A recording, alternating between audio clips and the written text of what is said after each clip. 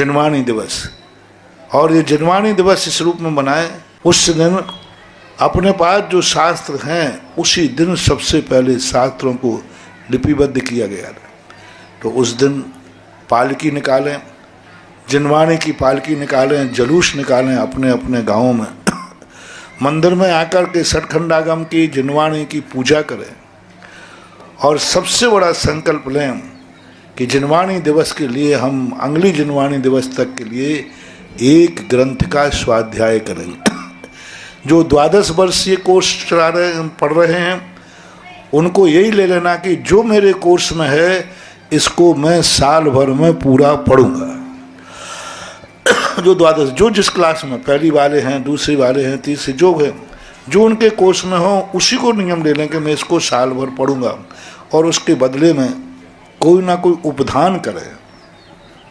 उपधान का अर्थ होता है जब ग्रंथ प्रारंभ करें तो नियम करें कि यह ग्रंथ जब तक पूरा नहीं होगा तब तक हम फलानी वस्तु का त्याग करते हैं। एक ऐसी वस्तु जो आहार में प्रतिदिन खाने में जो प्रतिदिन याद दिलाए कि वह वस्तु मेरी इसलिए त्याग की है क्योंकि मुझे ग्रंथ पूरा करना।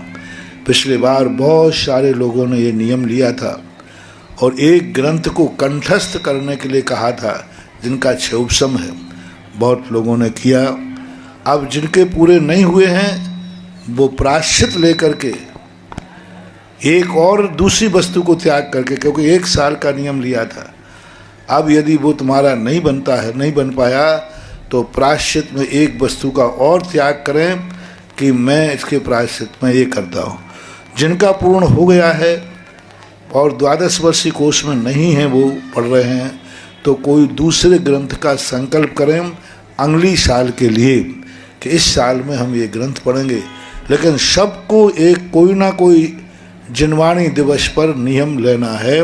छोटा ग्रंथ पढ़ो, बड़ा पढ़ो, लेकिन पढ़ो, 5 मिनट पढ़ो, लेकिन प्रतिदिन जिनवाणी के स्वाध्याय जरूर करना चाहिए। जो जिनवाणी दिवस पर जिनवाणी को पढ़ने का नियम लेगा, नियम से उसके ज्ञान का 6 उपसम बढ़ेगा। और ज्ञान का जो 6 उपसम है आप लोग जानते हैं, कई बार आपका समय पर दिमाग काम नहीं करता। क्यों नहीं करता? कभी आपने सुत का सम्मान नहीं किया।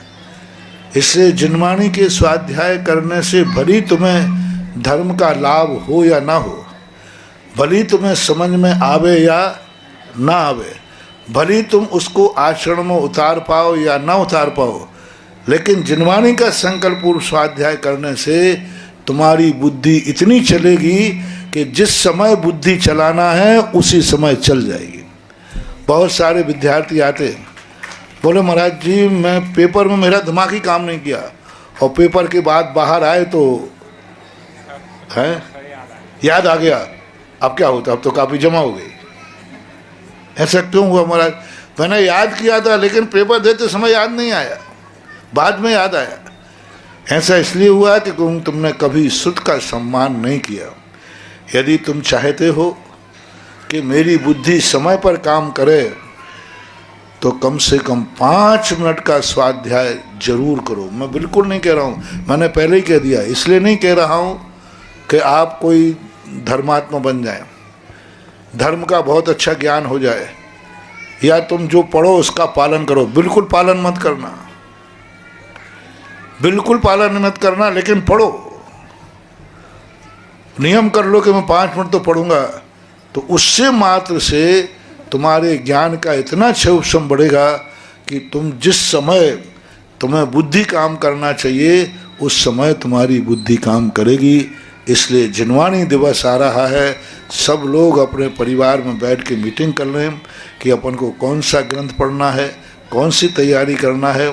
जिनवाणी दिवस पे मंदिर में जाकर के जिनवाणी की पूजा करना और एक श्रीफल ले जा कर के भगवान के सामने बैठ कर के श्रीफल चढ़ा के संकल्प करना कि मैं प्रतिदिन कोई एक शास्त्र का स्वाध्याय करेंगे।